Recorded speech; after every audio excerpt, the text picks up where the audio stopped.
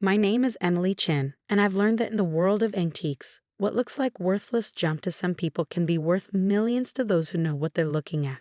Unfortunately, my mother-in-law, Margaret Sterling, was determined to see only junk in my grandfather's legacy. I grew up in my grandfather's antique shop, Chen's Curiosities, tucked away in San Francisco's historic district. While other kids played with new toys, I spent my childhood learning to identify Ming dynasty porcelain and distinguish authentic Art Deco jewelry from clever reproductions.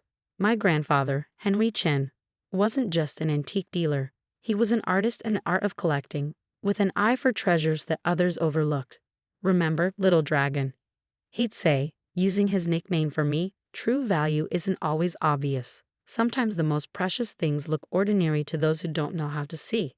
I never imagined those words would become my shield in a battle for my inheritance, or that my grandfather's final lesson would be about something far more valuable than antiques.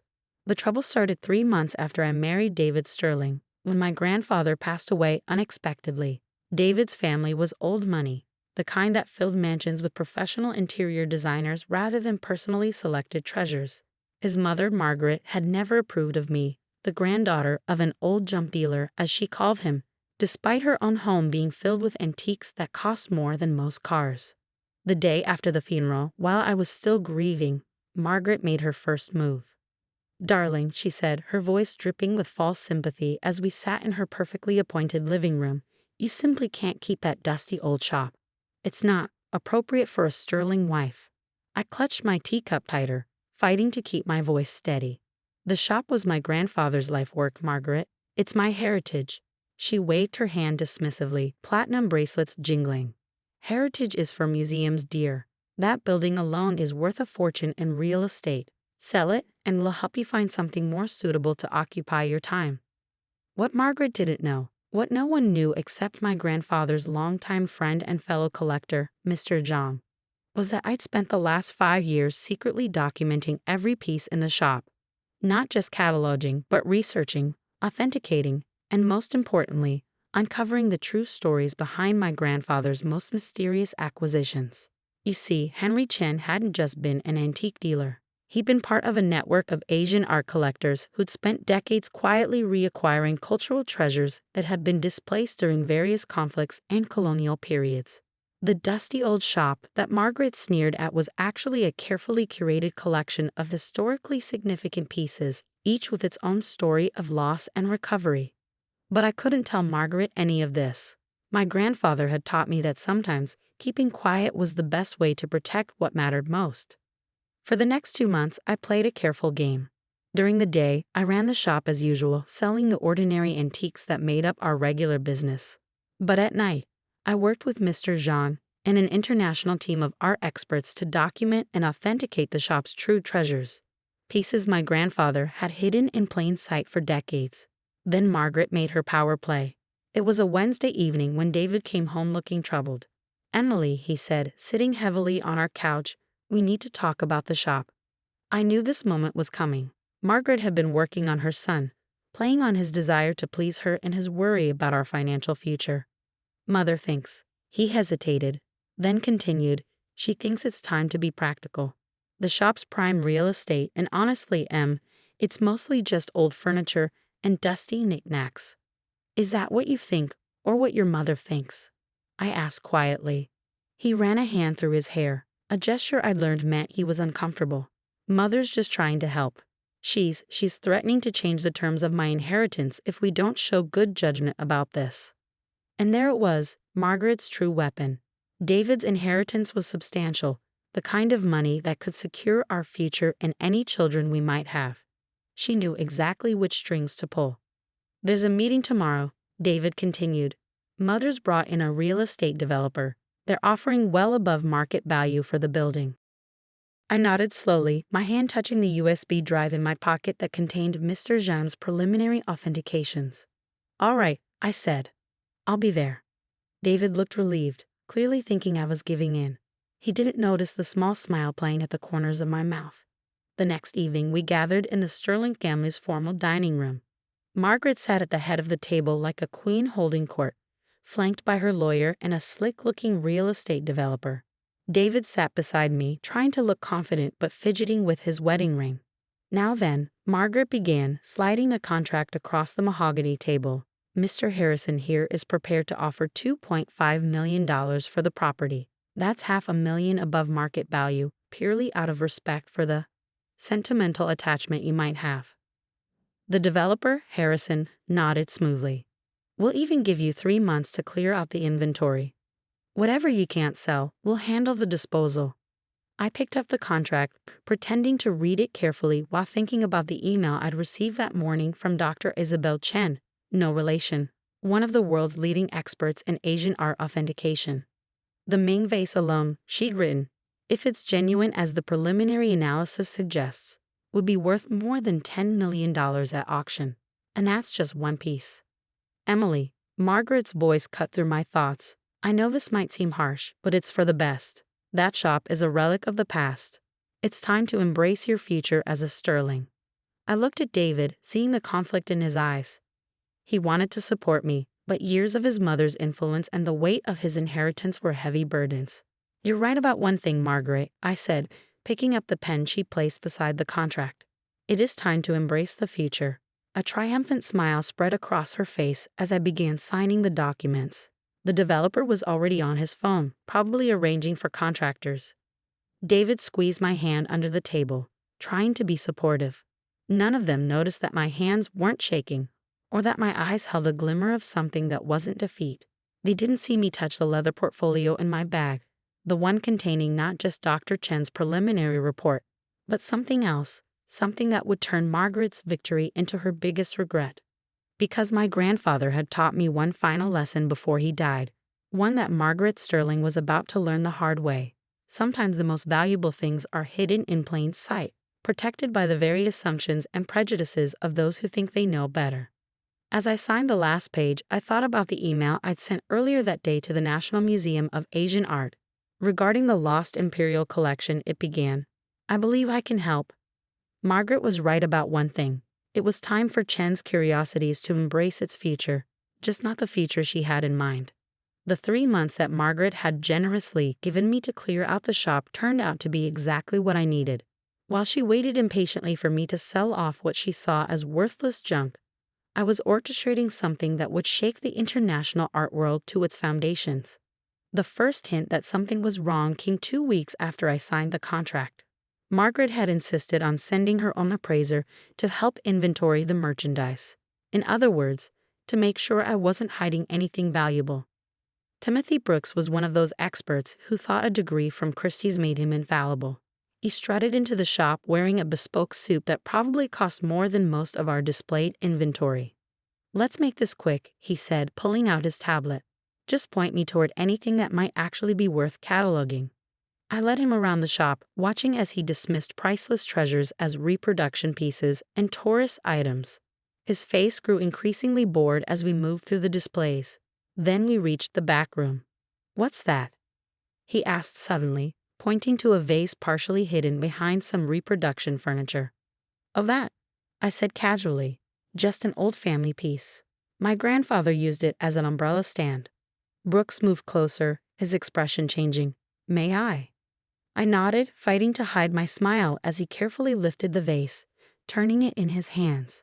Even beneath decades of carefully cultivated dust, the quality was unmistakable to anyone who knew what they were looking at. This is, he paused, swallowing hard. This appears to be Ming dynasty, late period, but do you have any documentation? I might have some papers somewhere, I said vaguely. My grandfather kept records, but you know how disorganized old people can be. Brooks set the vase down as if it might explode. I need to make a call. 20 minutes later, Margaret Sterling burst into the shop, her designer heels clicking on the hardwood floors. What's this about a Ming vase? She demanded. I played innocent. Oh, did Mr. Brooks think that old thing was valuable? Grandfather used to joke about it being ancient, but... Timothy, Margaret snapped, explain. Brooks was still staring at the vase. If it's authentic, and I stress if, it could be worth significant money. How significant? Margaret's voice had taken on a predatory edge. 7 figures, possibly 8. Margaret's face went through a remarkable transformation: shock, calculation, and finally, what she probably thought was maternal concern. "Emily, darling," she said, laying a hand on my arm, "perhaps we've been hasty about this whole situation. If there are valuable pieces here, we should take time to properly evaluate." "But you already had it evaluated," I interrupted innocently. "Remember? You said it was all worthless junk." "That was before. Before you found something you thought was valuable." I stepped away from her. "The contract's already signed, Margaret, and as you said, we have 3 months to clear out the inventory." Her eyes narrowed. "As your mother-in-law, I really must insist." "No," I said quietly but firmly. "You don't get to insist on anything anymore." That's when I played my first card. I pulled out my phone and showed her the email from Dr. Isabel Chen, confirming that she would be arriving next week with her team of international experts. "You see," I explained as Margaret's face paled, "before signing away my grandfather's legacy, I had some of our junk privately evaluated. Dr. Chen is particularly interested in several pieces that may have historical significance." Historical significance? Margaret's voice had risen an octave. "Oh yes. It seems my grandfather had quite an eye for identifying lost cultural treasures. Dr. Chen thinks some of our pieces might have been displaced from various museums during World War II. The color drained from Margaret's face. "You knew," she whispered. "You knew all along what was in here." "Not everything," I admitted. "Grandfather had many secrets. But I knew enough to have the important pieces authenticated before letting you pressure me into selling." The next week was chaos. Margaret tried everything: threats, pleading, legal maneuvers, to stop what was coming. But the contract she'd been so eager for me to sign was ironclad. The building was sold, yes, but I had 3 months to dispose of the inventory as I saw fit. Dr. Chen arrived with a team of experts from museums and auction houses around the world. What they found exceeded even my expectations. The umbrella stand that had caught Brooke's eye, a rare Ming dynasty imperial vase worth close to $12 million. The reproduction screen in the corner, a lost masterpiece from the Qing dynasty, virtually priceless. The dusty paintings in the back room, lost works by renowned Chinese artists, carefully preserved and hidden by my grandfather. But the real treasure wasn't just in the monetary value. As the experts dug deeper, a remarkable story emerged. My grandfather, along with other collectors like Mr. Zhang, had been part of a network dedicated to preserving and protecting Asian cultural heritage. They'd spent decades quietly acquiring pieces that had been looted or displaced, documenting their provenance and waiting for the right time to return them to their rightful places. The press caught wind of the story, and suddenly Chen's Curiosities was international news. "Lost imperial treasures found in San Francisco antique shop," read one headline. "World War II Art Recovery Network revealed," said another. Margaret watched in horror as her worthless acquisition became the art world's biggest story. The National Museum of Asian Art offered to host a special exhibition of the collection. Christie's and Sotheby's were battling to handle the auction of the pieces that weren't being repatriated to their original museums. That's when I revealed my masterstroke. "You see, Margaret," I explained during a particularly tense family dinner, "the building may belong to your developer now, but the true value was never in the real estate.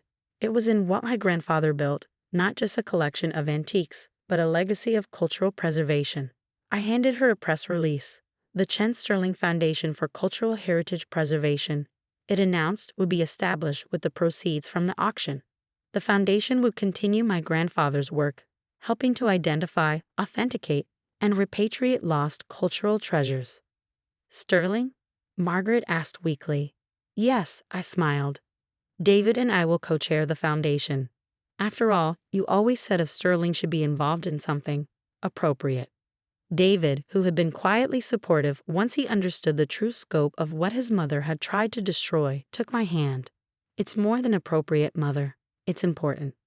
The final auction exceeded everyone's expectations. The pieces that weren't being returned to museums sold for over $50 million. The Chen Sterling Foundation launched with international acclaim, backed by major museums and cultural institutions worldwide. Margaret, to her credit, eventually admitted her mistake. "I was wrong," she said during the foundation's opening gala. "I looked at your grandfather's shop and saw what I expected to see: I never bothered to look deeper. That's exactly what grandfather counted on, I replied. He knew that people who judge by appearances would never understand the true value of what they were looking at. The Foundation's first project was to establish a proper museum and cultural center in the historic district, not far from where Chen's Curiosities had stood. We hired experts in art history and preservation, created educational programs, and continued my grandfather's work of protecting cultural heritage.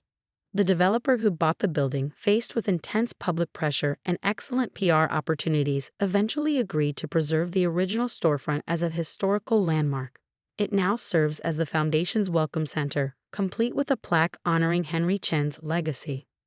Mr. Zhang, who had kept my grandfather's secrets for so many years, became one of our senior advisors.